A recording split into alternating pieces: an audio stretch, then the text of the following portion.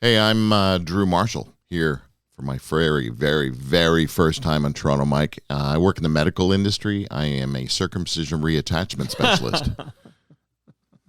Oh, you didn't point at me. I thought you had more. That's it? Shoot. I forgot about the pointing. Do they do that? Reattach foreskin? Apparently the tips are good. I'm in Toronto, where you wanna get a city love. I'm from Toronto, where you wanna get a city love. I'm in Toronto, like we wanna get a city love. My city love me back for my city love.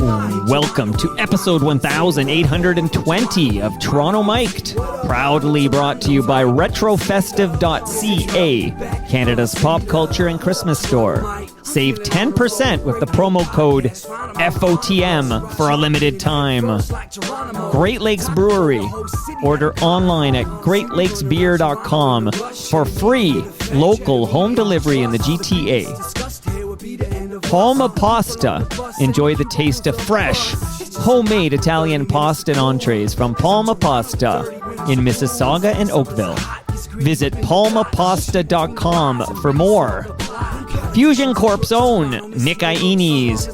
He's the host of Building Toronto Skyline and Building Success, two podcasts you ought to listen to. RecycleMyElectronics.ca. Committing to our planet's future means properly recycling our electronics of the past. And Ridley Funeral Home. Pillars of the community since 1921. Today, making his Toronto Mic's debut, it's Drew Marshall. Hello, Drew. Your mother. Your mother. Mother jokes off the top. See, tomorrow Carla Collins is going to be in his basement, geez. and she's supposed to be the funny one. So please don't try to, show her up with your comedy routines. Hi, Carla. Nice to see you again. How are you? She's terrifying. I was at her show Saturday night, and I was in the front row, and she used me as a prop.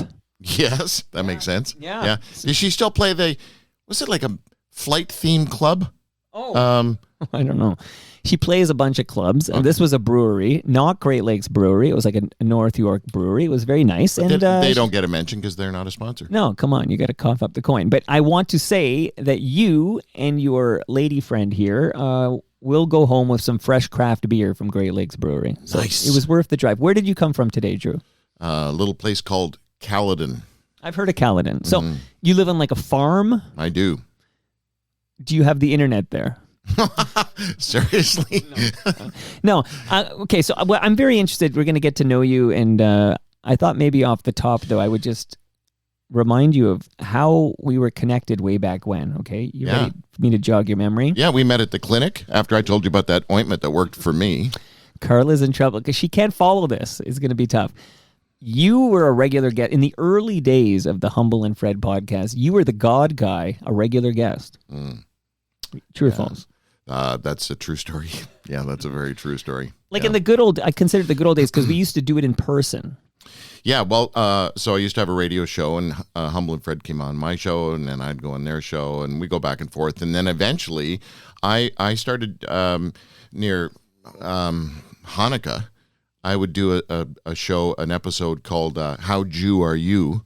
And we would have Humble on. No Fred for that one. No Fred for that one. Humble on, and then Andy Kindler from L.A. Oh, great comedian. Yeah. And then I'd get a local rabbi to come in and referee. And we'd just start asking, how many candles on a menorah. Humble killed it.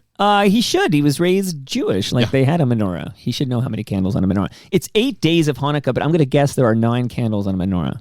I don't care anymore. Oh, come on. You don't know. Okay. So we're going to cover a lot of ground because we're going to get to know you, but I pulled a clip. This is going to blow your mind, I think. And Nick, who's in the room but not on camera, if you did want to hear these clips, it's in the headphones, so I don't know if you'll hear, but if you stick on those headphones, you're going to hear it. It's only 30 seconds here.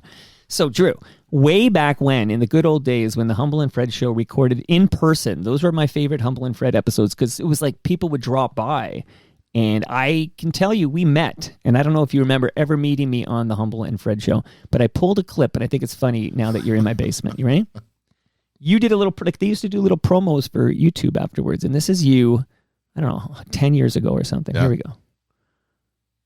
I'm Drew Marshall here with the Humble and Fred Radio.com show. Today on the show, buddy whose dog died. What's his name? Toronto Mike. Toronto Mike. The queen of the queef. So somewhere Rebecca, between the queen of the sex surrogate, queef and you, Richard I was on the Krause. program Love that day, and Richard you're like, Krause. "What's his Who name?" Was, who was queen of the queef? Was that Carla? No, she wishes. Okay, no, I don't remember. I don't know what happened to Queen of the Queefs. She should become an FOTM. Get her on Toronto Mike here. But there you are. By the way, hold Like, on. who the hell hold are on, you? Hold Yeah. on. I am so sorry your dog died. You know what? I'm trying to. So I had a dog. I had a dog in my first marriage, and Dude, how then many I marriages? left. How many only marriages two. have you Only had? two. Okay, Only two. all right. But I left the marriage. And I left the dog with the marriage. So it's like I only had this dog. This dog lived to be That's like a reverse country song. You left the dog and the marriage as opposed because the to dog stayed. I left the matrimonial home. Like I walked away from the home. I gave her the home where I had two kids. It's the only home they knew. And I left the dog with the home and my ex-wife with the home. So therefore, I only kind of lived with this dog for like half of its 16 years. But I guess this was recorded when my dog died. Yeah. Ah, So yeah. there you go. But that- what was interesting to me is that you're like, what's his name again? And then here we are, fast forward 20 years later, and you're phoning me and saying, can I please visit Yeah, you? I want to come on your show. I want to man. know I've if heard you so much about have you figured and- out who I am at this point? Yeah, I'm going to go with Toronto Mike. But wasn't that a wild? I want to thank Rob Bruce for digging that up. Like, I guess he was Googling you and he found that on YouTube. Do I And- know Rob Bruce? Well, Rob Bruce is a keyboardist.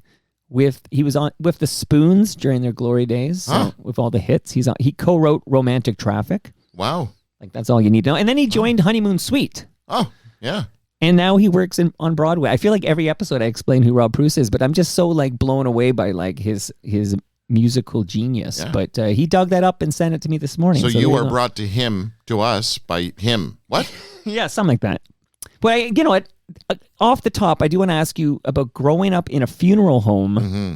Because this show is sponsored by a funeral home, and the owner and funeral director, Brad Jones, will be here at 5 p.m. to record a new episode of his podcast, Life's Undertaking. What's it like growing up at a funeral home? Well, first of all, that's a weird connection. That Yeah. there's gonna be another stiff here later. And Brad Jones from Ridley Funeral Home sent over a measuring tape for you, Drew Marshall. That's funny. Does it really have the funeral home stuff on it? I Yeah, can't see. it says Ridley, yeah. Because that's what we used to do when we were like, that was the standard joke back in the day. Mel Brooks, I think, first brought Yeah. that to the Hollywood's attention, where you'd measure people in blazing saddles. Right. Yeah.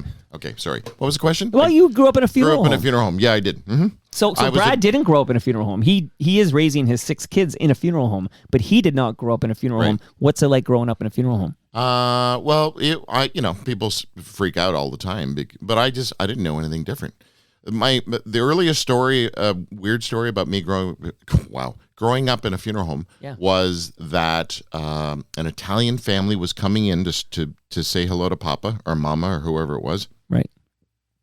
Could have been and Nona. Could have been no, could have been Nona. Yep, and they were the guys who worked for my dad were panicked because the rosary had disappeared from the body. Oh my goodness. And apparently, I would have been about 5 years old. Right. I reached up into the casket, felt for some jewelry, and pulled it off, and ran around the funeral home hiding from the staff that were trying to tackle me and get the rosary back. So yeah. So there you go, So causing mischief in the funeral home. started with that, and then graduated into. I had a party once. I invited 15 people in high school. Over 100 showed up. It was like Weekend at Bernie's. I had to bounce my own party. Right. 3 guys from a rival high school showed up.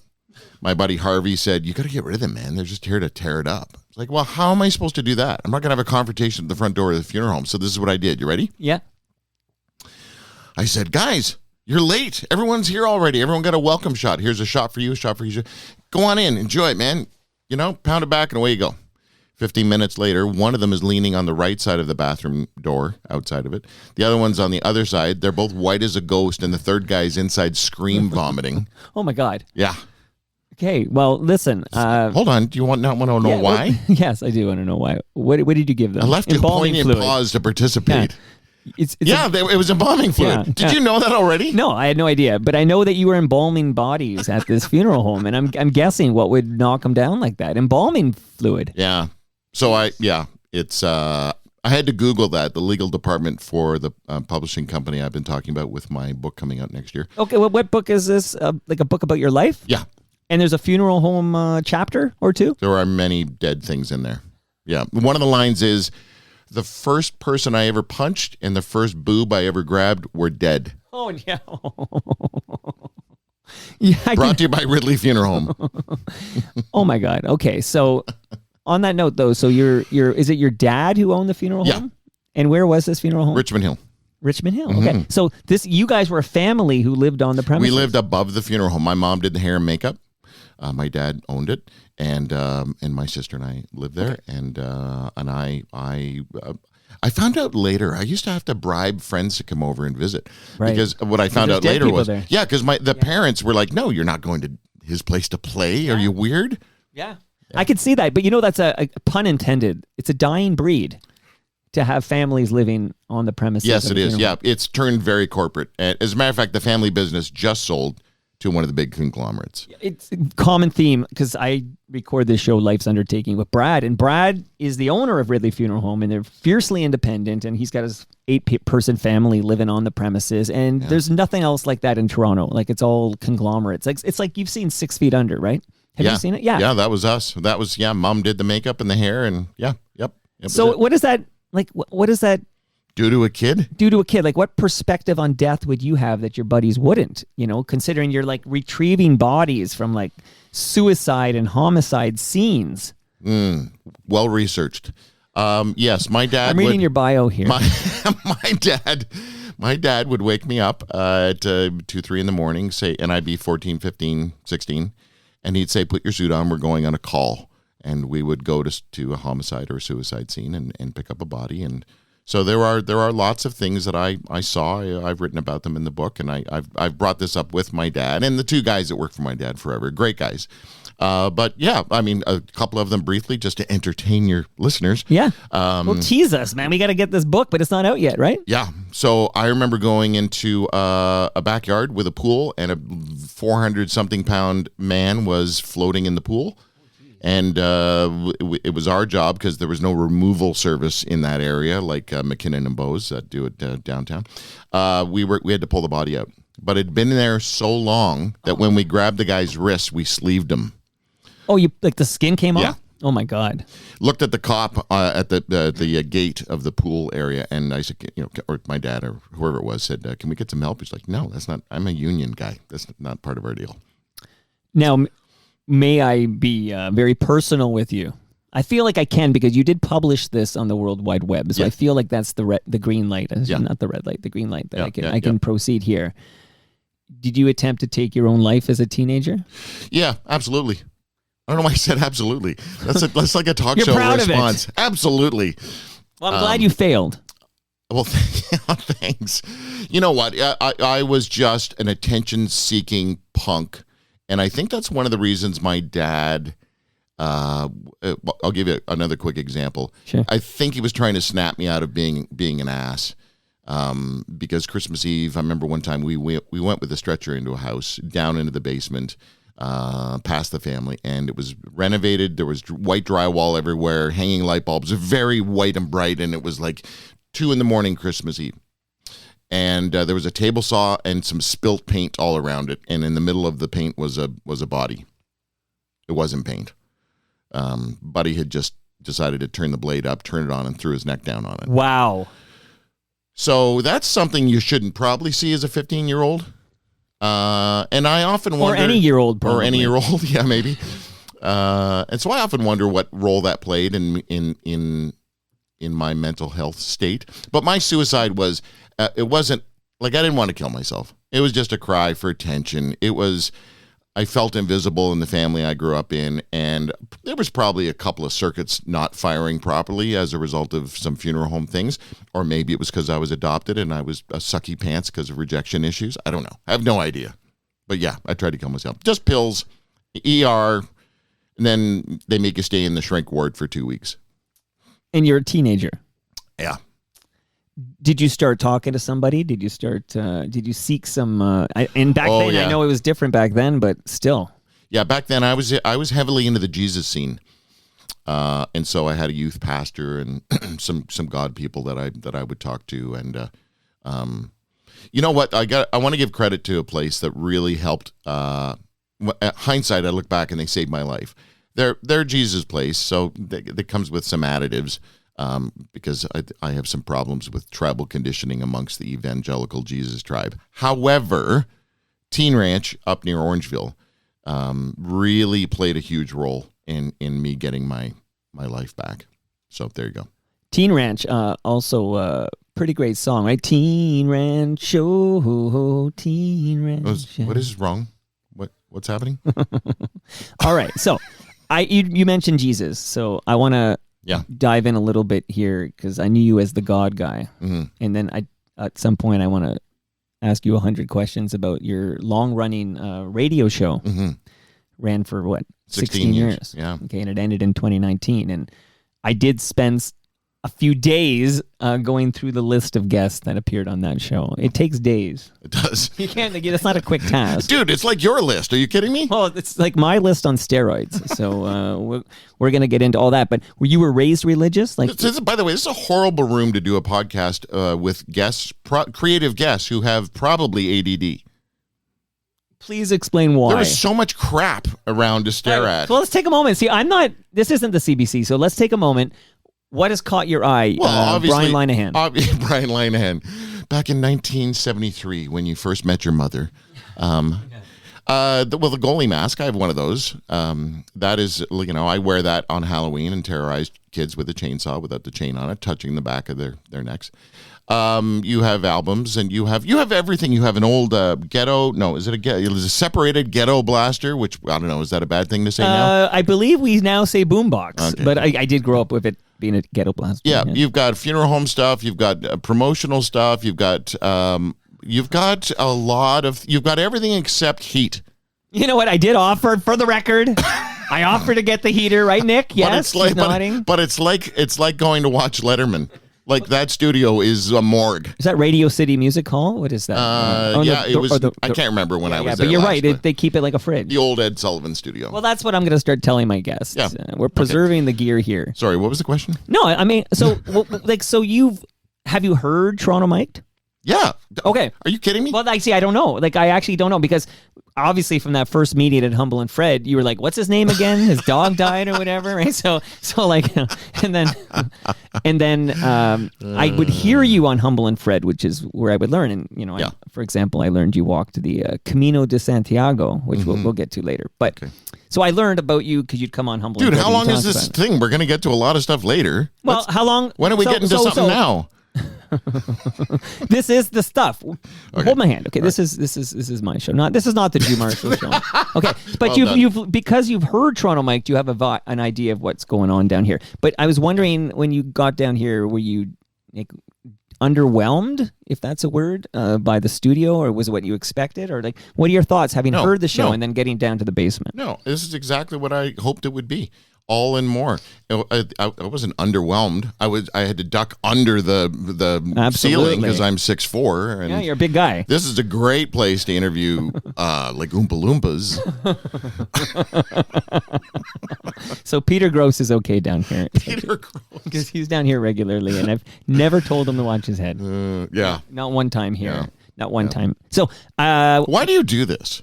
Which? Why do you do this podcast? Well, I'm learning. I like to learn about people, and Drew Marshall's in my basement. When you say my first name, it sounds like you're saying Jew. It does it? Yeah, Drew Marshall. Nick, does it sound like I'm saying Drew Marshall? No, she's shaking her head.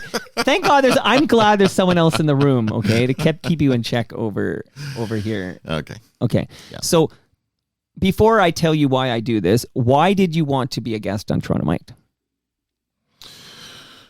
So selfishly, there's something I want to promote, like everybody who comes on a show. Sure. And I want to promote it locally. I had all these people coming at me when I had the radio show wanting to promote stuff. And anybody that came at me, I was not interested in. Typically, that was the deal.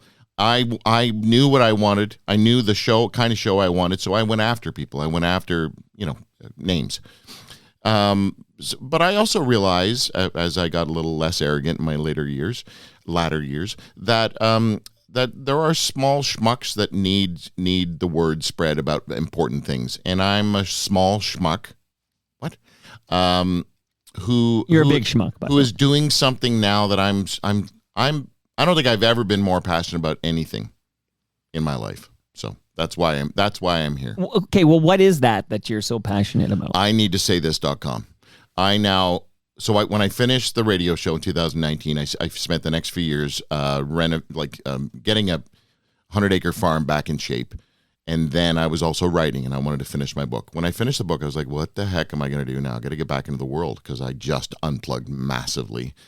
So I thought, what can I do? Like, I don't really know. I'm not a handy person. I can't get a real job. So I was thinking about what am I passionate about? And there are two things that came into kind of a molding pot. One is I really enjoy asking people questions like you do. Absolutely. Really, there is something magical about the right question at the right time. I love chasing the whys because I think it helps me be one wiser. That didn't make sense. Anyway, and then the other thing was when I finished writing the book, I realized there was a theme of self-hatred throughout my life that had a foundation in not getting things right with my mom before she died. When I was 22, she died the same night my son was born. And it really haunted me for a lot of years. And I'm very passionate about helping people say what they want to say to those they love before it's too late. So whether that's mediation or palliative care, so that's what I do now. I simply get people on Zoom. We talk. I ask them what they really want to say. I'm simplifying it. Sure. We record it. I give them a chance to edit it. And then they can send that audio to whoever it is that they want to say. Can I give you a couple examples? Of course. We're getting the promo right out of the way. Here we go. Yeah, let's do it. Last week, I interviewed a guy from Ottawa who has 5 kids and will be dead within 6 months. And he wanted to say what he wanted to say, what he needed to say to his family before he died. There's a lady who has cancer, and she has a son, and that son is married, and those two are on the outs with her, and that's killing her more than the cancer. So we sit down and we talk about what do you really want to say? What is happening here? So we get the honesty going, like at a pretty big scale. Another guy I know, he's not dying of cancer or anything, but he had a health scare, and he had a bad divorce, and he wants his 2 daughters who are in their 20s to know his story. Right. Because they got poisoned by the ex. Of course. And they think of him the way she told him. She told them about him. So anyway. So there are things like that are important. So I love this idea. I feel we're cut from the same cloth, only your cloth has a deeper voice than my cloth. That's the key difference. And you're a bigger guy, and you've got a cooler hat because I want to ask you about the hat. But okay. So I went to the website now. I need to say this.com here, yeah. And people can contact you there. Yeah. And you'll interview them like a legacy interview. Yeah, I do legacy interviews as well. Those seem to be so I did. There are two components: relational interviews. You need to get things right with someone. I'll help you. I'm not there with wisdom. I'm not a counselor. I'm not a shrink. Although I spend a lot of time as a pastor and a hospital chaplain, walking people through a lot of stuff.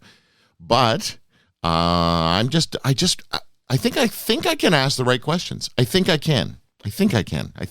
You know, we'd be a dream team. I'm telling you, you and I should collaborate. I'm seeing a photo of you on a horse, so you could ride. You're not just living on a farm. You could ride a horse. Yeah, and that's why you get to wear the hat, right? Like you this told is me your that segue hat. into the hat. Yeah, I'm looking at the freaking hat right now. So that hat, how old is that hat? 40 years old.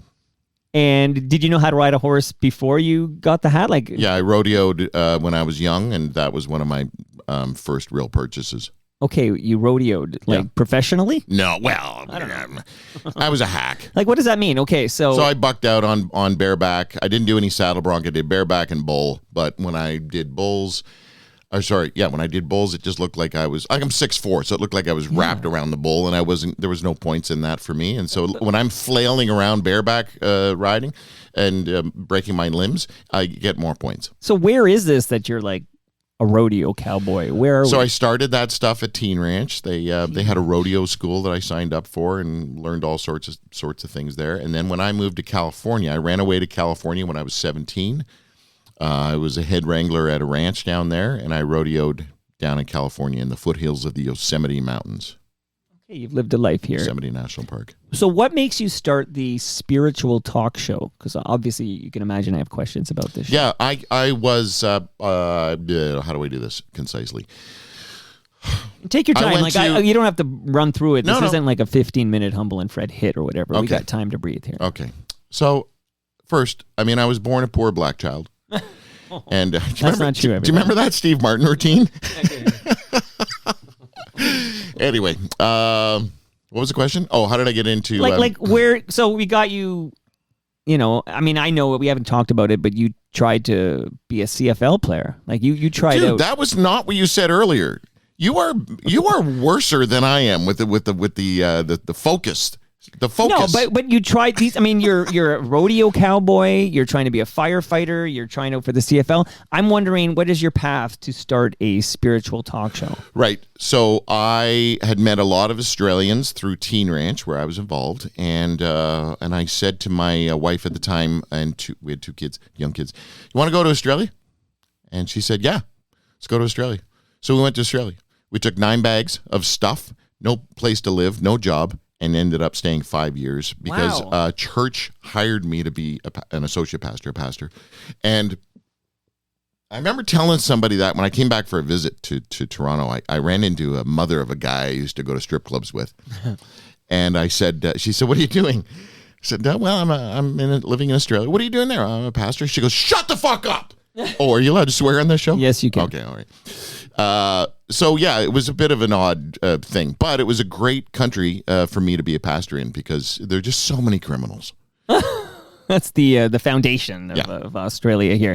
So So I was a pastor for 5 years, and then on the way back from Australia, I had a good look in the proverbial mirror and said, "Who are you kidding? There's no way you should be in any form of spiritual leadership. Stop. Just stop it." Bob Newhart sketch. And then I woke up one morning after being back in Canada with an idea about interviewing people about what they believe. Because, dude, we're talking about something invisible.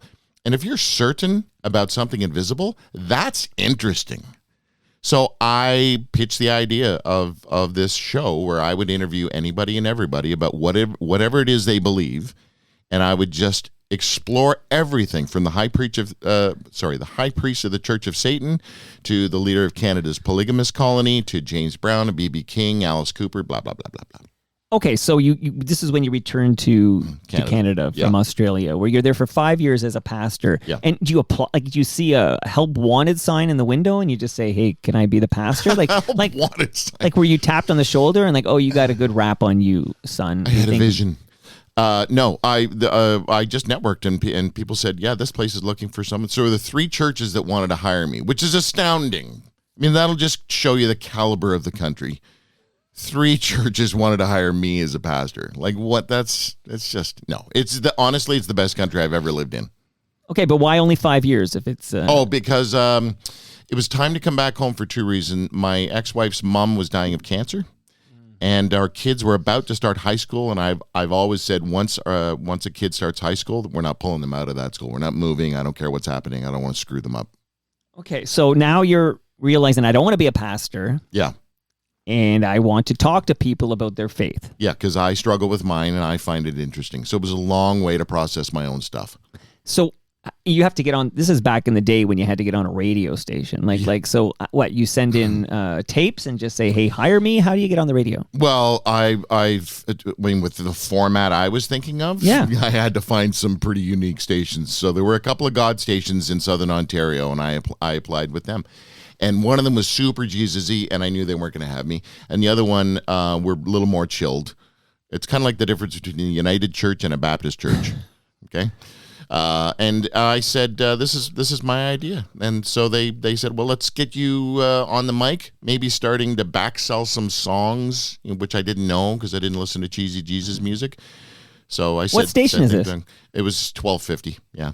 But what is it called? C-Joy? What is that? No, it's just Joy. Joy. Yeah. Okay, I have had people on this show who have worked at Joy, but I don't think I've ever heard Joy. Like, where do you hear this frequency. It actually has quite a decent throw. What's the term Reach? again? Yeah, that's the word. Because it was owned by it's owned by Michael Caine. Not that Michael Caine. I just saw the Muppets Christmas Carol last night, and Michael Caine does a fantastic job as Ebenezer Scrooge. Like, he's amazing in this. He'd be great as Scrooge. Well, it's because everybody's goofy. They're all Muppets doing funny stuff, and then he plays it straight. Yeah. So Michael Caine acts like he's on some BBC production or whatever, Beautiful. and he just kills. It's fantastic. Nice. Yeah. Back to me for a second. Oh my god! This is the guy that owned the Caine family. Were one of the last family-owned broadcasting families, and they owned AM 740 as well, and sold that to Moses Neimer for a gobsmack of cash. Right. And then CJMR, Toronto's biggest ethnic station, and then they owned the God station. So I was on the God station. Okay, and But hold on. Yeah. I got to say, we were able to build 4, 5, 6, 10 times the size of listenership because of the thing called the internet. We did streaming. Yeah. Well, I saw your bio on the Drew Marshall website, and you said 100,000 listeners. Yeah, that was the metric every 15 minutes or whatever. Okay, that's a monster number for a smaller South Ontario AM station. Yeah, but it was niche, right? And there was loyalty in that kind of a niche market. And you know, when was the last time you heard, I don't know, James Brown talk about his faith? Well, I mean, before he died. It would be even better if you can get him now.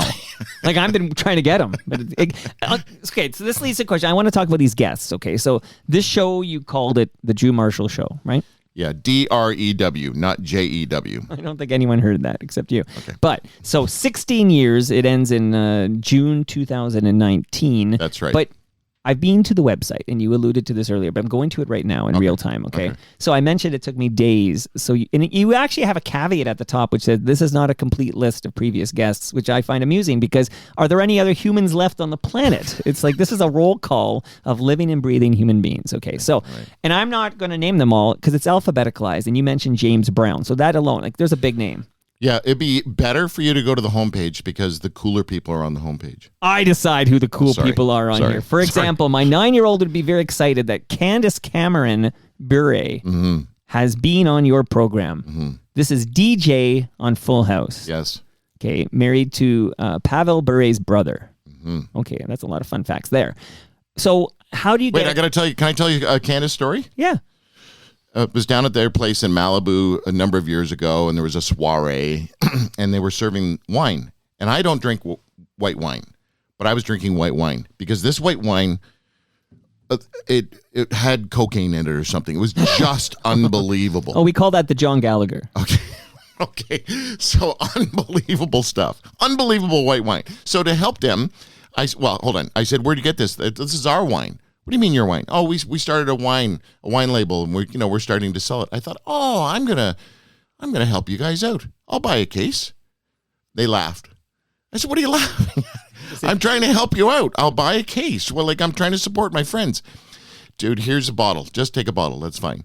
Yeah, it's like $380 a bottle. That's what I was drinking. That's why it tastes that good. Anyway. They're like, you can't afford. They just looked at me like you can't afford this. Not a chance. Okay, so Candace Cameron's brother, of course, is Kirk Cameron, who is like a Jesus freak. He's a brother to Jesus. We laugh at Kirk Cameron. Yeah. He's shout out to Alan Thicke, who I once met at the Humble and Fred Studios. Oh yeah, that's a true story here. But shout out to Growing Pains. How did he feel about his son's copyright infringements? It was before that because he died.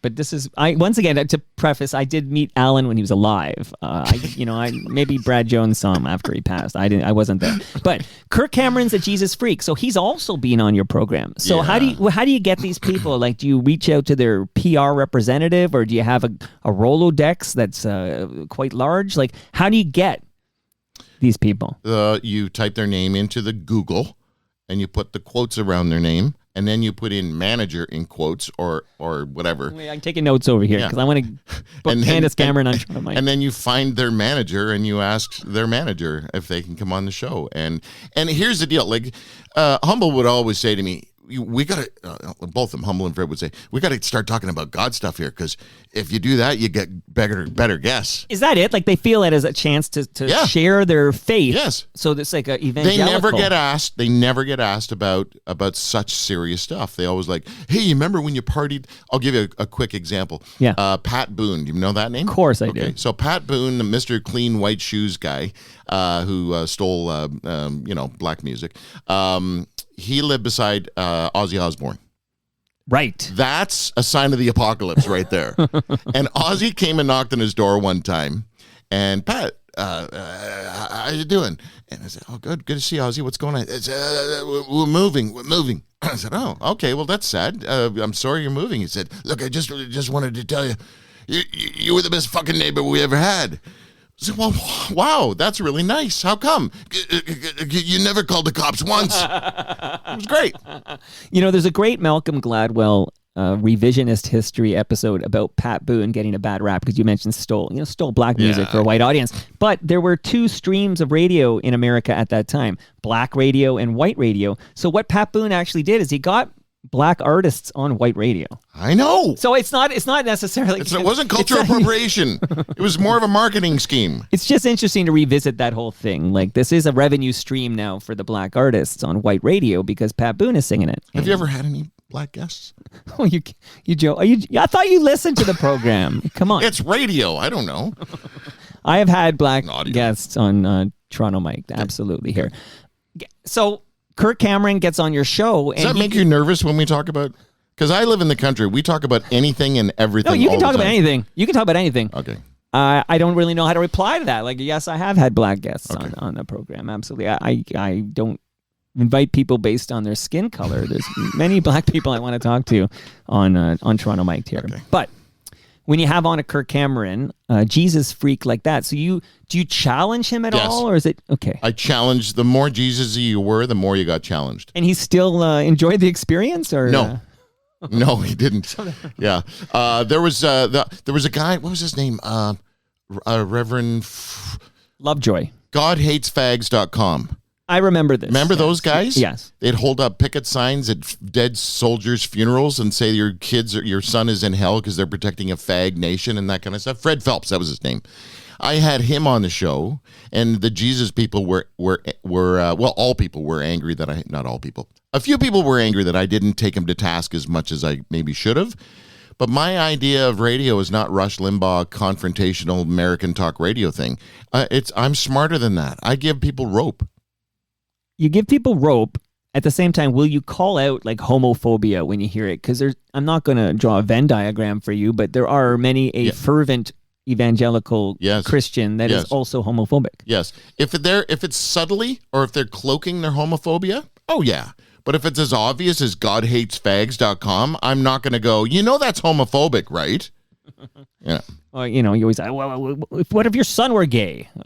Oh, yeah. Yeah, we've certainly had all that. Okay, so I'm only going to just some interesting guests. Okay. Yeah, because a lot of these people some of these people have been on my show. For example, Jane Harbury has been on your show. Oh, Jane's a sweetheart. Yeah. And you had Doan on yesterday. Yesterday. Yeah. She's been on your show? Yeah, great girl. Okay, she was lovely. But some of your guests have not been on my show. Many of these famous guests, I don't even know how to get to them. I know you want me to Google it, but Stephen Harper's been on your show. Yeah, it was a good interview. So you talked to him about his faith. Yeah. And he answered smoothly. Sass Jordan's been on your show. Come on. She's pretty.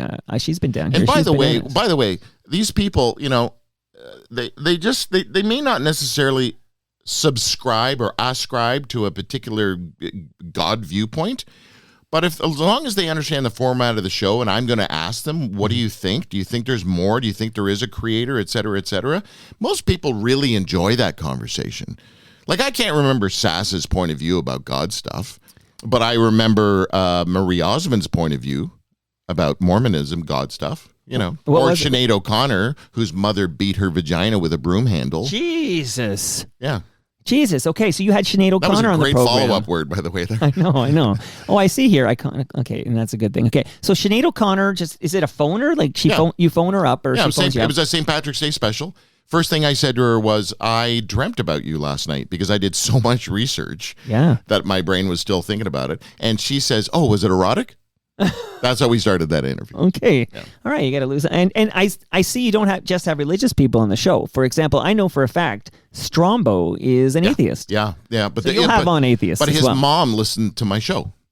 And so that's how he found out about me, was through his mom. His mom, sweetest woman on the planet, sent in money, like a $20 bill or something like that to me, just to support me and say good for you or what. I don't know. It's just sweet and kind. Well, don't worry. I want to spend some time with your personal beliefs and stuff. So we're going to get to, your faith and what you believe. So you want to talk about how I'm a red letter agnostic monotheistic deist? Right. That's a good teaser for it too. Because I want to talk God. Like Humble and Fred called you the God guy, and I've been promoting this as like the God episode. I want a God segment in this, but I'm still kind of God luck calling out some people on this list. For example, I can't believe you got to talk to Jesse the Body Ventura. Okay, I was a big WWF guy. There's an Andre the Giant mug over here, but that was my time when he was calling games with Bobby the Brain Heenan and Gorilla Monsoon. He was calling matches. Yeah, Ted DiBiase and I did a television show together once. Where's this? Tell me. No, because it was an embarrassing television show. It was a panel of God guys, men, and it was a show for men to talk about men stuff and things men don't normally talk about, like mental health. So that, there were some good things, good content, but it was good. Actually, I just phoned Ted 3 weeks ago, and we hadn't talked in a long time. You know what? Back then, being the $1 million man was impressive. Like, he's got $1 million. That's a millionaire. Today, I think there's $3 million men in this room. Easy. Yeah. Easy. Like, what happened to the $1 million claim? Like, what was it? The $6 million man? That's pocket change now for. Yeah, geez. Shout out to Larry Fedoruk, who just. Does anyone know that sound, first of all? Yeah. What is it? It's when he was going fast, right? Yes. They did it slow. Yes, or when he used his bionic eyeball. Yeah. So I'm 51 years old, so I will pick up some of these these 70s references. But we did. This interview may never end. How long did you think this was going to be? Well, I had no idea. All I'm saying is you and I could riff. I actually don't believe you listen to Toronto Mike. You and I could riff on anything forever, is what I'm saying. Are you telling me the truth that you have listened to Toronto Mike? Yes. Then how can you listened to one on the way down. Okay. Well, how can you be surprised that we're still talking at the 42-minute mark? Hold on. I'm not saying I'm surprised we're still talking. What I'm saying is, it's really easy to talk to you. Well, we mentioned 6 Feet Under earlier, and people who watch 6 Feet Under, I loved that show very, very much. It's like one of my top 3 shows of all time. But remember, Rainn Wilson came on that show and moved in and had like a moment with the mom there. What was her name? Ruth. But that was before The Office. But so Rainn Wilson, who's known best as Dwight from The Office, he's been on your show. Yeah, I quite enjoyed that one. We did that over video as well. So that was on the YouTube channel, but I've taken all my videos down. But you have all this audio? Yeah, it's all there. Because you should start a podcast in which you just sort of say... Why? I don't want to do all that work and not get paid, and I don't want to chase advertisers ever again. Okay, well, then you could put it on a platform where, there's a CPM payment with dynamically inserted ads. Like, because you have a lot of syllables. I have no clue what you just said. Like, you don't have to said I don't have no clue as well. Like, I see Fred Penner on this thing. Okay, can I just tell you, I was excited. Like, I don't get gaga over guests. I just don't. But I was silly over Fred Penner. As you should be. He also has a cool hat, but very different from yours. Right. Yes. Love Fred. Yeah. So, of all these guests... Yeah. And there's some monster names on this list, obviously. And I'm not just talking about Bernie Finkelstein, okay? Bernie, he's so good. Who made you go gaga in addition to Fred Penner? Like, who would be some of the guests where you were like, I can't believe Kathy Lee Gifford is talking to me? Well, and why is it Humble Howard? Why did I say Humble Howard? No, my joke is that he's the one you went gaga for. Oh yeah. Oh, I see what you're saying. No, not at all. I do love him. I do love him. Like, if I was gay, all over him. But you don't have to be gay to be all over him. Yeah, you can be fluid. That's true. Look, when I finished the interview with James Brown, the next day his manager called and said, "How did it go?" I said, "No, it was great. Yeah, we talked for about 20 minutes," and she said, 20 minutes? He's never given a 20-minute interview in his life. Why would he give you 20 minutes? And I think it was the moment I told him that I used to be a pastor, there's something about the older black community that just... It's respect. Yeah, leans into the God people, the God preachers or whatever. Yeah. That's what I'm going to start saying. I was a pastor. That's how you get instant respect. Yes, try that. I'm gonna try. Although, can I tell you, I tried that in Scotland once. Since we have time, I'm going to share this anyway. Yeah, of course we have time. I went and did a wedding over there. And the Friday night, instead of going out and getting hammered as you would in Scotland, we went for a game of golf. And then we went out afterwards. But the game of golf, I'm a southpaw.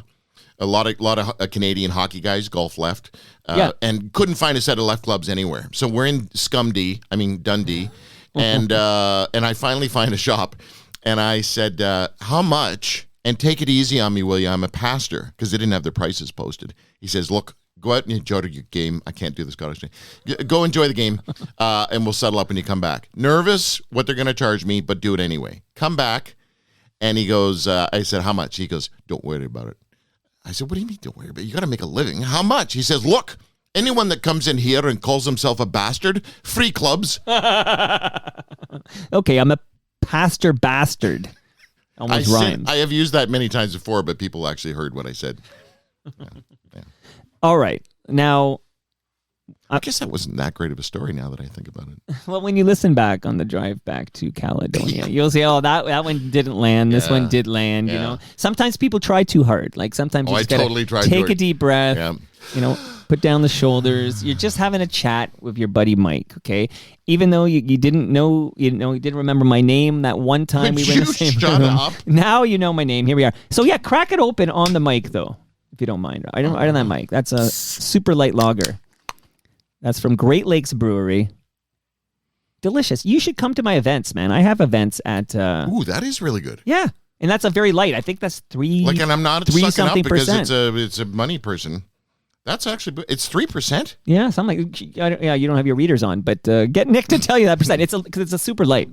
So I think it's 3 point, here, let me tell you. And it's a great temperature down here, that beer. Everything's chilled. This is my walk-in fridge you're in here. 3.2. It's like the morgue. Is it cold in the morgue?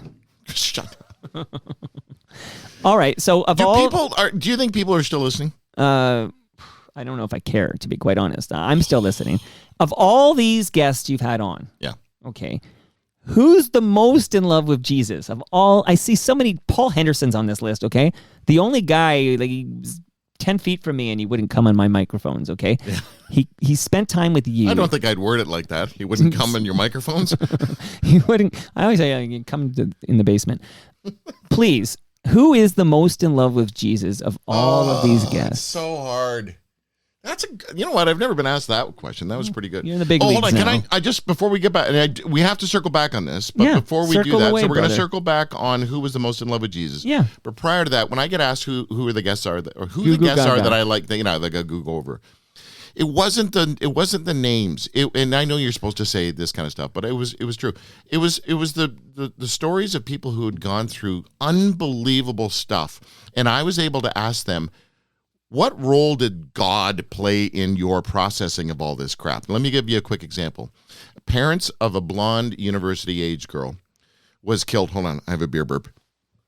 We'll do it on the mic like Howard Stern. Come on. Parents of a blonde university-age girl. She was in a van with a bunch of other students. The van gets in an accident. Almost everybody's killed, including their daughter. Jeez. So they're gutted and they are grieving and they bury her. And then a few months, I don't know, whatever, a month later, they give away all her stuff to charity and just the whole thing. And then they find out she's still alive. Yeah, still alive. It was a case of mistaken identity in the hospital. There was another blonde girl who survived. And that blonde girl was their daughter. Wow. And they buried the daughter from another family. Oh, wow. And the other family was at the bedside of their daughter thinking it was their daughter. Oh, wow. So they had to tell their daughter, they had to tell that couple, this is our daughter, yours is in the grave. Oh, my goodness. Wow. So those are the moments, or anyway, sorry. Well, that's a hell of a story. Yeah. Okay. That sounds like it's Grey's Anatomy or something. Yeah, it was insane. So it's more the content than the the name. Yeah. So it's not Biff naked, is what you're telling me. Oh, she was good. She's good. I mean, she's pure entertainment. That's what she is. And a sweetheart. Yeah, and when I say that, I don't mean inauthentic schmuck. I mean, she's just authentically interesting. That's what I have to say. Oh yeah, it was. She made a doc about her life, which it's going to be on Super Channel. I think now maybe I saw it recently in like a premiere. Her life is doc worthy. Yeah. The most Jesus-y that I can think of would be Kirk Cameron. You've already mentioned that one. Yeah, Kathy Lee Gifford. Wow. She anyway. Was she drinking on your show? Just curious. I stayed at her place in Nantucket. So these are not just phoners. You're in these people's living. Like you're getting the wine from Candace and Kirk. No, they're brother and sister, right? But whatever, the Camerons. Like, what is it that you have these guests on, but you become friends with them? Like you're going to go hang out with Kathy Lee Gifford? I stalked them. What time should I be in Caledon later? When do I get a hat like that? So, like, what made you personal friends with Kathy Lee Gifford that you'd be at her home? I'm trying to find. Hold on, Are you checking your Instagram feed? No, my wife, we'll be watching a show, and we're watching it, and I'm all like focused on this show, and then suddenly I hear, she's going through her Instagram feed. This is one of the most Jesus people I had on my show. Her name's Diane Cannon. She was Diane Cannon, married to Cary Grant, and when I came out on my show as no longer being certain there was a God, which is going to be our next segment. Yeah, this is the voicemail message I got from her. I'm listening. You ready? Yeah. Are you crazy? What were all those instructions? That's just insane. This is Diane Cannon, and I want to talk to you with our friend, your friend and mine, Christina Chauncey and her husband, and we all want to talk to you about what's going on with you. And I want to know if what you're doing is for ratings or if it's for real. Because if it's for real, I want to spank you. I absolutely want to spank you. You can leave your pants on. I don't care. But I want to spank you. Okay? So call me. It's Diane Cannon. You have my number. Bye. Okay, was it a work or a shoot? That's the wrestling terminology. But was it for ratings or for subs? I don't know. It's like someone saying I'm gay to get attention. Who does that? Well, it's a little less extreme than that. Like you could fake a crisis of faith, and that would become something you talk to your guests about. It would become the God guy isn't believing in God right now. So dumb. Listen, I'll give you an example. When I told my son this, my son, he was my hero growing up. It's supposed to be the other way around, but you've met me. I told him, and it was hard. It was embarrassing and hard to tell him, look, I'm just not certain that everything I taught you growing up is true. And my son's response to that was, I said, what do you think of that? He said, well, I guess it just means I can't trust anything else that comes out of your mouth. Ooh. Which is a valid point. Why would I say that? Why would I fake that is what I'm... Yeah, okay. So, well, you could just say, you could have said to your son, I'm going to fake something. It's not true. It's, you know what I mean? You know what I mean? You could give him a heads up. What is wrong with people that... Anyway. So, okay, there's a couple places I want to go here. But so you're saying during that 16-year life of this show, this popular show you had on spirituality where you interviewed all these big stars like Diane Cannon and stuff like that. Yeah. At some point in the show's run, you come out of the closet as having doubts that there's a God. So can we do this? Can I thank a couple of partners? Please and then do. Can I dive into the God part of having the God guy on and then walk through your relationship with God and then sprinkle a little my relationship of God in the mix, perhaps. Amen. Who knows? Amen. Okay. Amen. Amen, brother. Amen, brother. That's the break that launched 1,000 hip-hop jams. Okay. Amen, brother. So I want to say amen. Christmas. Go to retrofestive.ca. Go right now, Nick. Go in your web browser, retrofestive.ca, because if you use the promo code FOTM, that's friend of Toronto Mike, you're now an FOTM Drew Marshall. Mission accomplished. Nice. You look delighted. Okay, so FOTM will save you 10%. They also have a store in Oakville you can drop by, and good people, good family-run business. So thank you, retrofestive.ca. And I also want to thank Nick Iones, who was on the show on Friday. Nick Iones is from Fusion Corp, and he has stepped up to help fuel this Real Talk. And we love his two podcasts, Building Toronto Skyline and building success. So thank you, Nick.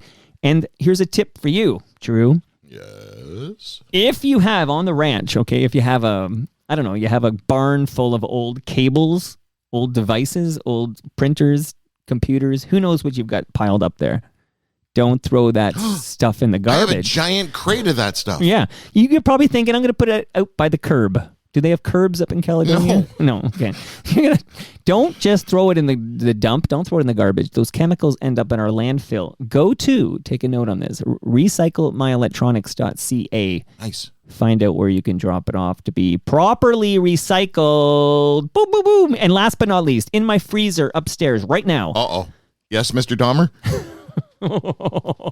I get that reference. Okay, no, I could try to keep the Dahmer cannibal stuff away from the Palma pasta love, okay? Oh, I love this This stuff. is cow. Yeah. I want to assure everybody. Okay. So this lasagna in my freezer upstairs is for you to take home. It's courtesy of Palma Pasta. You're going to get a frozen lasagna. That's why you're here. How you doing? Is that Joey from Friends? What are you doing over there? I just got Italian. It's the only Italian I know. How you doing? That's like New York Italian. Okay. So, God. And I know Yes. you think you've been talking already too long. Like you want to wrap this up. No, I don't want to wrap it up. I think you've been trained maybe that you get 7 minutes to Nope, talk about no. this. No, I did podcast on the radio before anybody else You did invented podcast. No, I didn't invent podcasts, but I did long format interviews. Like I went an hour and a half with Gary Berghoff. An hour and a half. Radar. Yeah. He was missing a finger. Yes. That's what I remember about Radar. Yeah. But I loved MASH. And he was a legit killer drummer. I didn't know that. Yeah. When he drummed, I saw the sticks. Oh, they're from Teenage Head. Okay. So, Gene Champagne. anyway, yeah. Wait, so Radar went an hour and a half with you. But My how much point time is, was your radio show? Like 4 hours. Okay. Yeah. Did you get paid? Yeah, when I got sponsors. Oh, I see. So Like you give me Chapman's the Ice Cream. Canadian good business. Maybe they should sponsor Toronto Mike. Chapman's, reach out. Coast to coast. Yeah, I'm a big Chapman's head. And my nephew, when we thought he was allergic to peanuts, we had to get Chapman's. Yeah, because they don't play with that stuff. They don't fuck around with the peanuts. Yeah. Yeah, that's actually their slogan. You said a bad word. You said one first. Like I follow the get. So I'll tell you because I know you couldn't swear on Christian radio. Of course.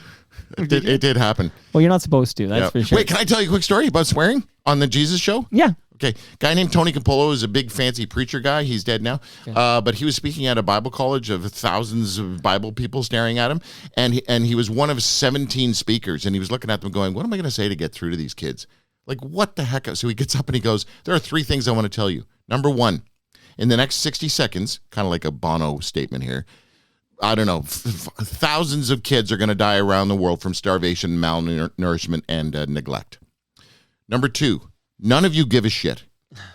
And he saw the heads pop up. Like, this is at a conservative Jesus college-y place. Right.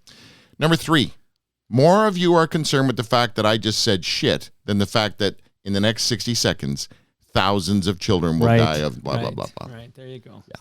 I'm going to steal that line, too. For my one-man show at the El Macombo in May, I'm going to steal that line. I'll give you credit, though. Can I be your opener? I'll do this. Oh, yeah. You know, you got to buy a ticket, though. I have no... I don't know what they're going to cost. We'll see. Okay.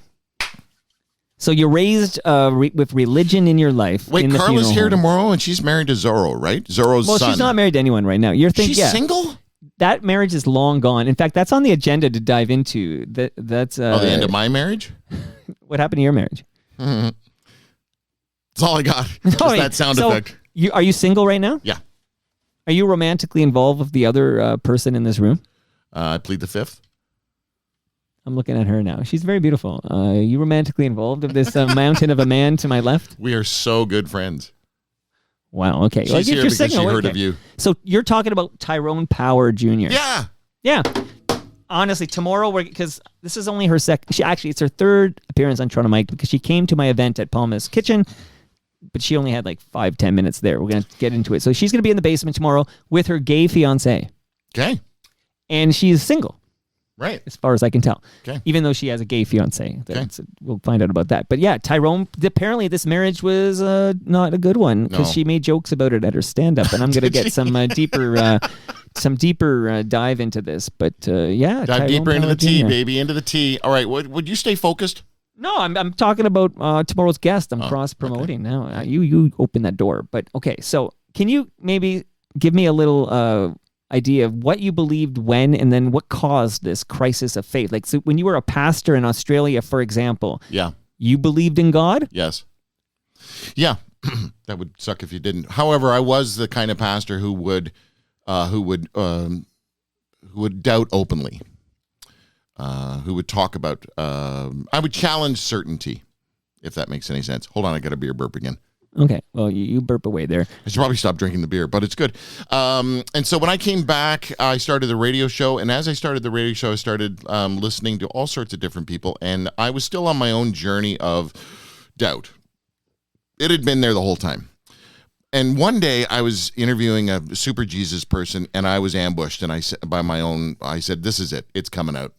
I have to just say this publicly. I said, I'm no longer certain that there is a God. And dude, my phone blew up, and Diane Cannon called you. it was just ridiculous, just ridiculous. And then I tackled it. I tackled it on air. I laid down the gauntlet. I did a thing called Droogle, Drew's Search for God, where I interviewed all sorts of people and had them say whatever they needed to say to me to convince me that there was a God. And they were found, their answers were found wanting.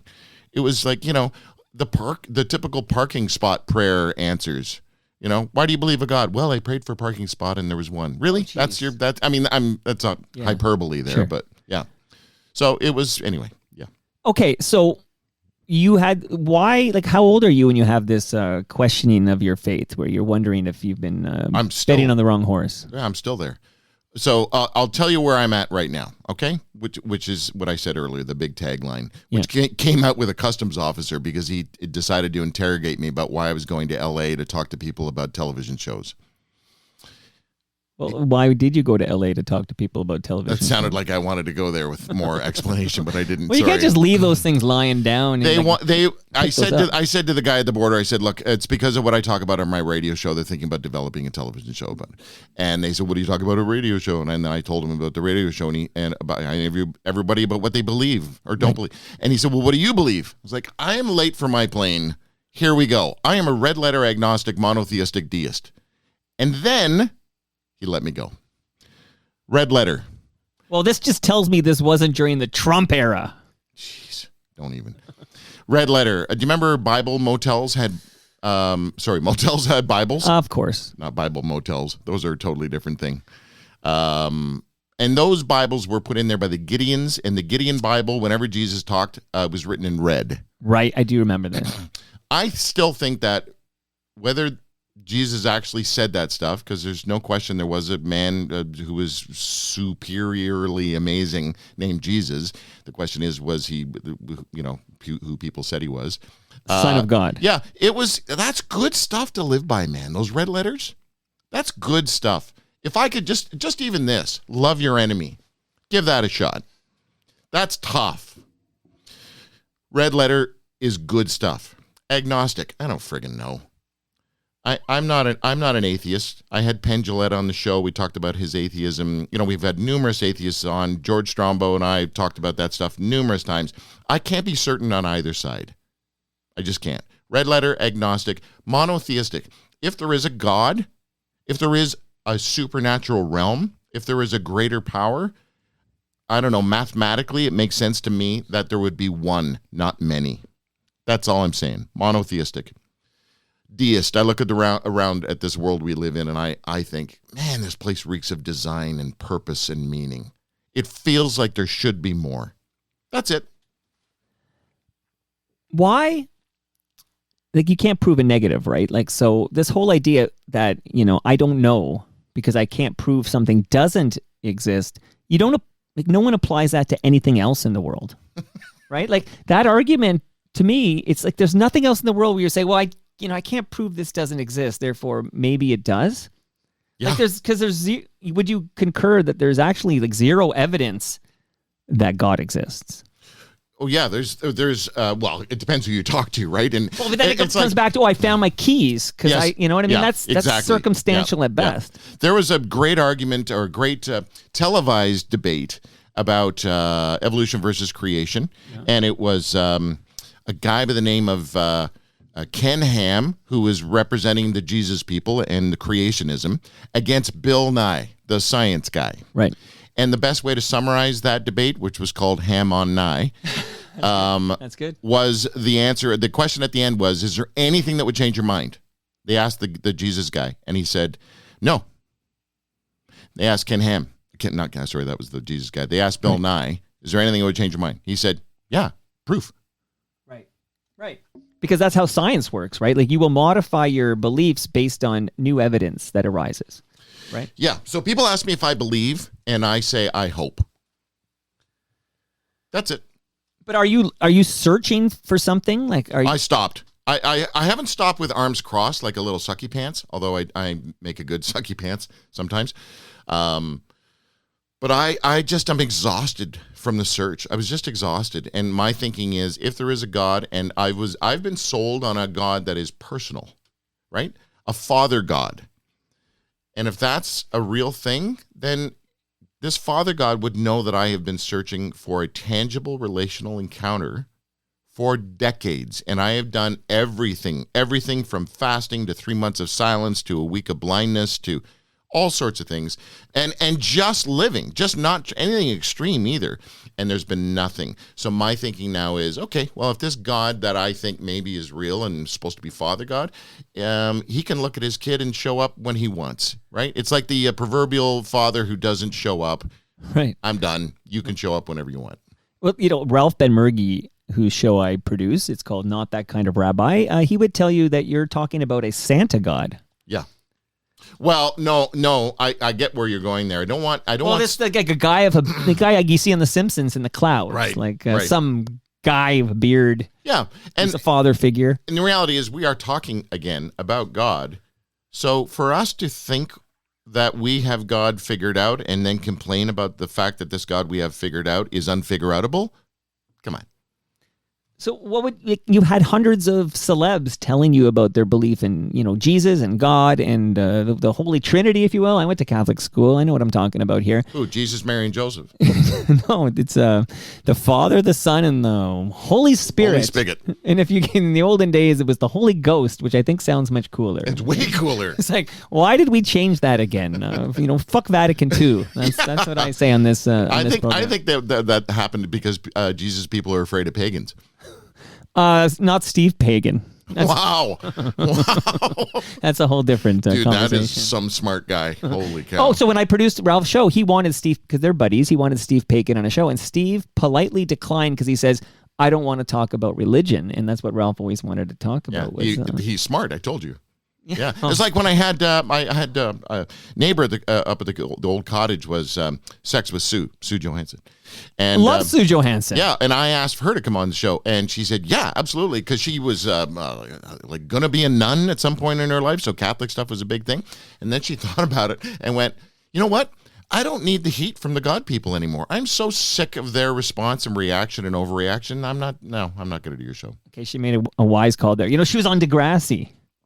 Like a special guest thing where Sue came in and taught the Degrassi kids about like how to put a condom on On a banana? On a banana. On Kirk Cameron's banana? So Sue was on, I'm trying to remember, Sue was on Q107, I Yeah. want to say. Meanwhile, you had on CFTR, you had Dr. Ruth Westheimer. Both women created erectile dysfunction. They weren't hotties, is what you're telling me. Holy cow. Well, you couldn't see the radio. This goes back to whether I had any black guests on Toronto Mike. Like, you don't know what color Maestro Fresh West's skin is. Like, it's audio only. What do you know, right? So, who knows how beautiful Sue was? I'm sure there was some guy spanking it listening to Q and imagining Sue was a babe. Whoa. Right? Ugh. I just think there's got to be at least one here. I need Okay. therapy after this. So in this is the God section, and then we're going to release you. You've fulfilled your duties. You've earned the Palma Pasta lasagna, and you've earned the beer. And Nice. I'll even replace that beer so you bring a full set Okay, home with right, you. That's right. what a sweetheart I am here too.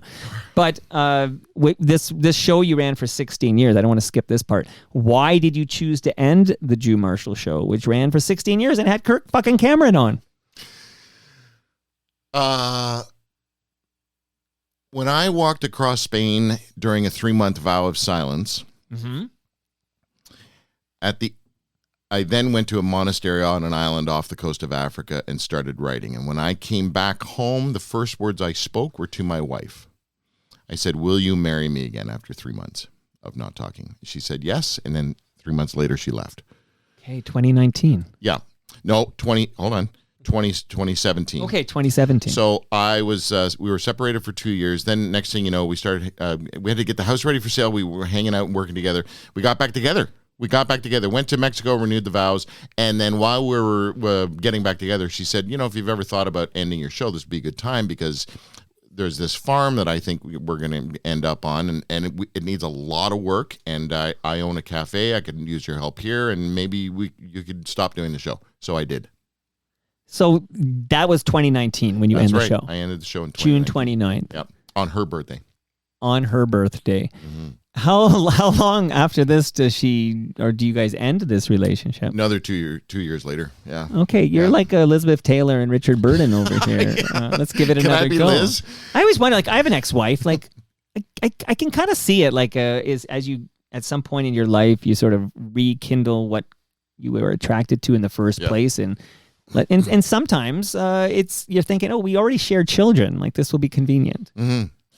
Yeah. And since then, I've learned all about the Enneagram and attachment theory and all sorts of things that would look. Here's the litmus test for this whole thing. That doesn't make sense. Hold on. My daughter said to me, when I told her I was dating someone a year later after thing, she said, "I'm so happy for you. I can't believe you stayed with Mom that long, and I just want you to be with someone who wants to be with you." We got pregnant at 22. Well, we got pregnant at 21, married at 22, and we just did, quote unquote, the right thing. We stayed together. We made it work. We created a family. We raised 2 great kids, but we were massively different human beings right from the get-go. And we tried hard, and we did it for 35 years. I can relate on some level because I got married at 21, but not because there was a baby. The baby came a few years later, and I also had a boy and a girl with my first wife. But without a doubt, I had couldn't shake this feeling like she wasn't my person. It's like you're so young at 21, and then you hook up with this. You're now married for life, but who you are at 31 and who you are at 21 are two different people. Very much. This whole vibe of like I love her, but this is not my person to go long. I need to go find my person. I can totally relate to that feeling. See, that's my pause for effect right there. I do notice some people are uncomfortable with the pauses on a broadcast. They're like, this is live. He doesn't edit the show, and they know it. And it's like, oh, that pause is too long. I need to fill it with something. But I feel like we should ride some silences. We should be pro-pause. Ooh, I like that. Yeah. Pro-pause. You want to borrow that for Yeah. your... Is your book finished?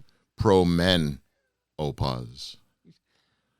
You know what? There was no more than a humor pretty in that. face. There was no humor in No, that but whatsoever. clever. Sometimes the thoughts just need to stay inside. You know what? You're workshopping that. I'll get Carla to work on that tomorrow. I'll just share that with her. Man. But is your book in the can? Okay, can you still edit it? I want you to add a chapter about this visit. Yeah, no. I'll take a sentence. No, yeah, definitely not. Definitely, Judge Walker. But is it done? Yeah, it's done. And when is it available to purchase? Negative. Next year. Well, negative. It's called What do you mean negative? It's called An Ass Named Grace, and it is my attempt to understand why those I love leave, and why I'm such an ass. Is this true? I can't tell if that's a bit or whatever. No, that's true. Okay, so you acknowledge you're an ass. Absolutely. It's a spiritual gift. Are you working on it? Yeah, I've been working on for... Really? Can you not Work tell? harder. But you know what? Here's just to kind of segue into where I'm at these days. Right. Which is I have thoroughly hated the journey towards figuring out why I'm such an ass. But in turn, it has helped reveal some massively huge things, which has helped me be a better listener for other people, which has helped me do IneedToSayThis.com. It has helped me ask the questions that actually matter. And I really care insanely, passionately, a lot about helping people say what needs to be said to those they love before it's too late. Because I've done well over 100 funerals, right? I officiate funerals. I just did one yesterday. I'm doing one on Sunday.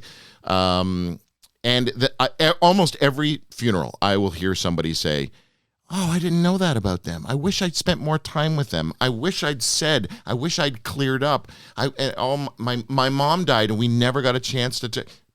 So I went through that and it really affected me for decades. This is why mediation, conflict resolution, and palliative care stuff. I mean, dude, hold on. I'm on a roll. I got to say something here.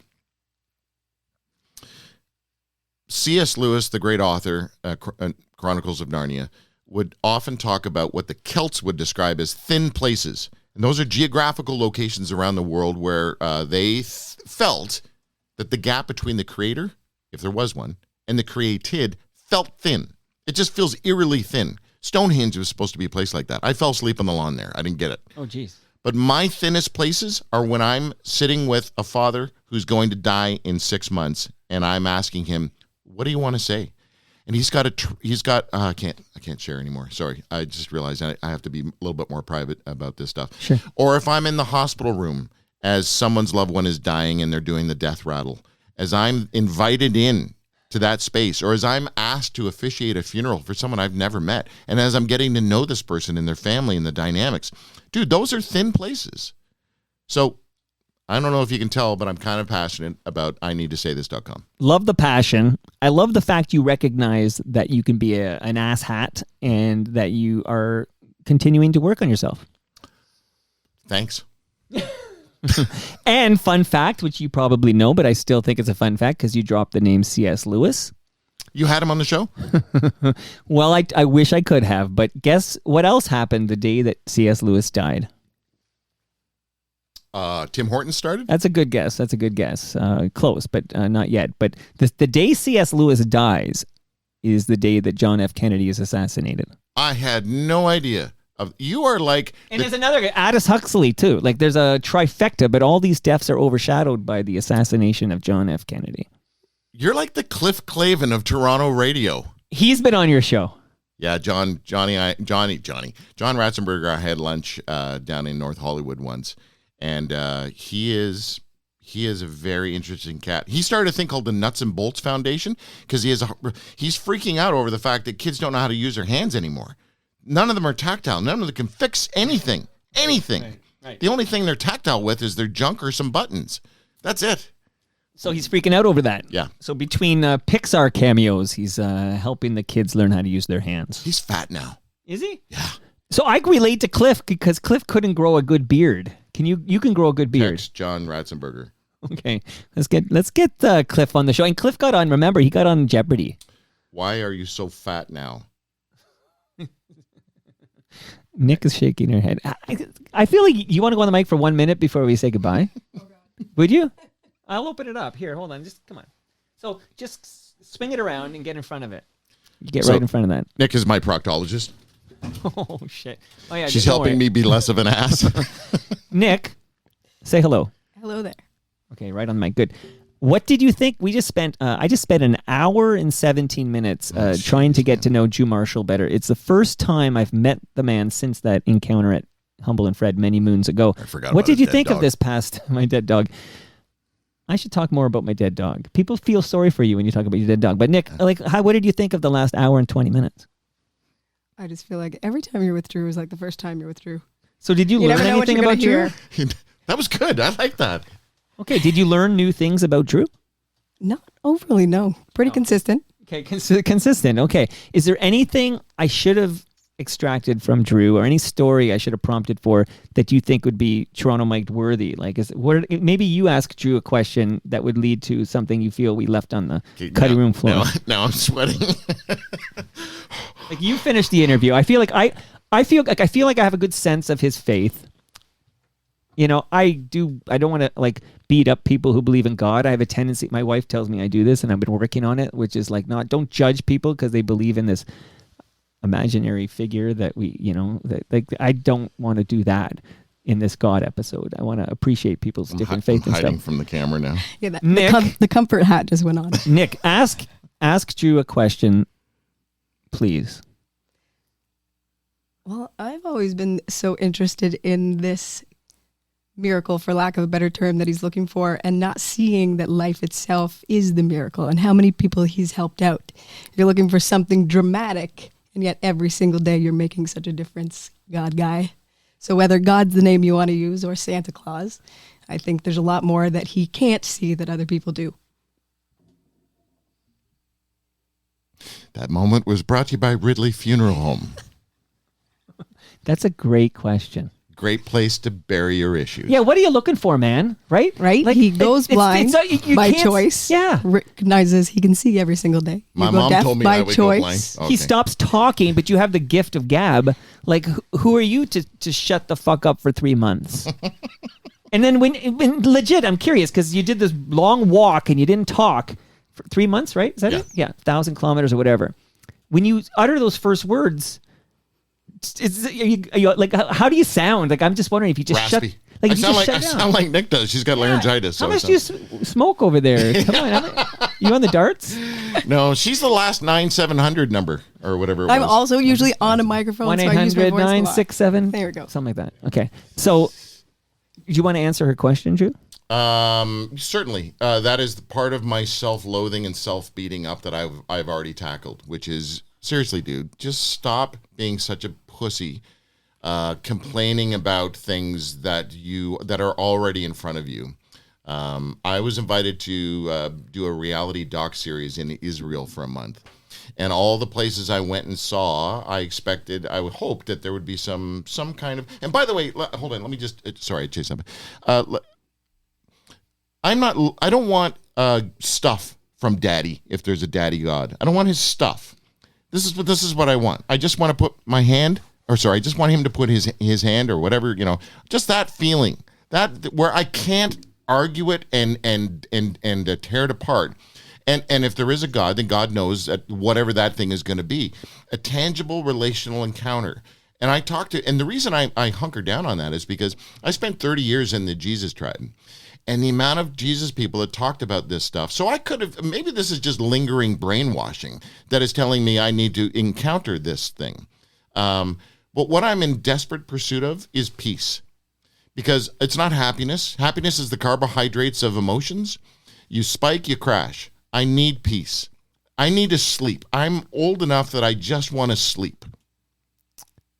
Was that clear? Well, Nick has stumbled upon something which I know you don't really like. You don't care what I think. It's like, oh, this guy just, man, I'm here for the positive. Who, me? Sakes. Yeah, I would tell you, you got to love yourself, man. Like, this has to come from within. Thank you. You're looking for this external daddy love. Yeah. From this, ghost figure, and I feel like you need to look in the mirror and say, I like Drew. But I didn't. Be the best Drew you can be. I have hated myself for decades. Another beer burp. I have hated myself for decades, but I didn't realize that until I finished the book and I saw a through line of self-loathing. And then I realized that those people that I know that don't like themselves, the Eeyores of the world who are always bitching and moaning and complaining and blah, blah, shut up.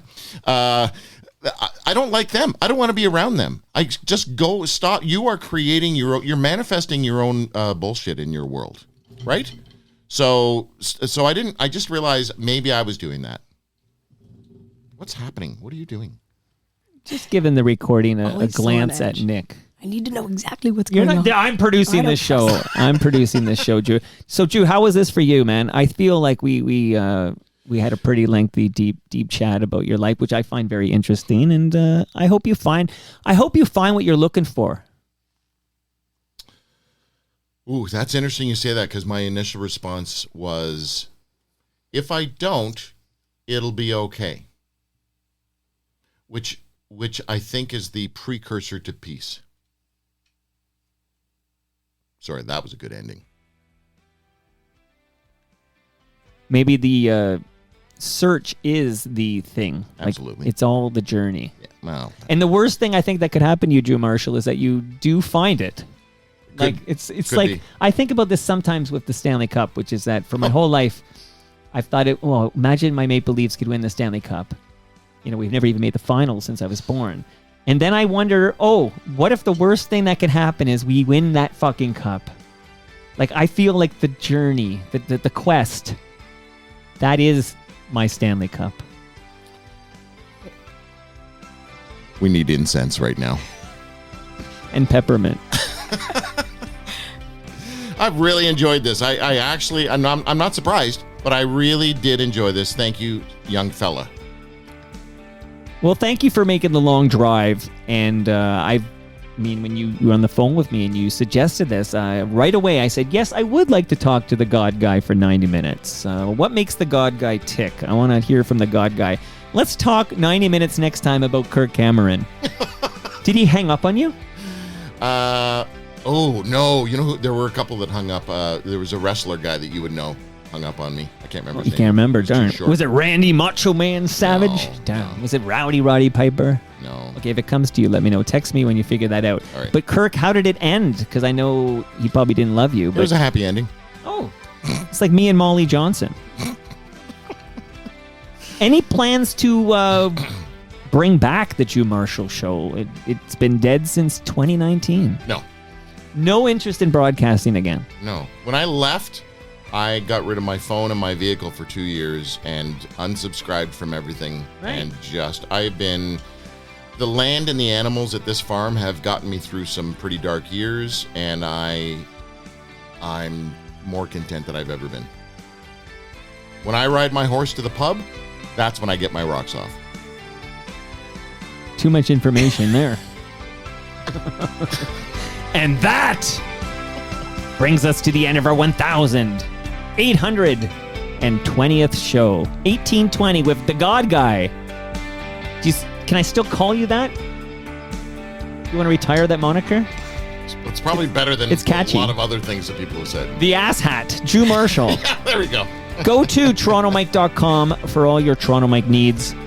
And much love to all who made this possible. Again, that's Retro Festive. They're with us for only another 14 days. That's 2 weeks. Use that promo code FOTM at retrofestive.ca. Go there and buy a gift for somebody you care about. And me too. Great Lakes Brewery, delicious fresh craft beer.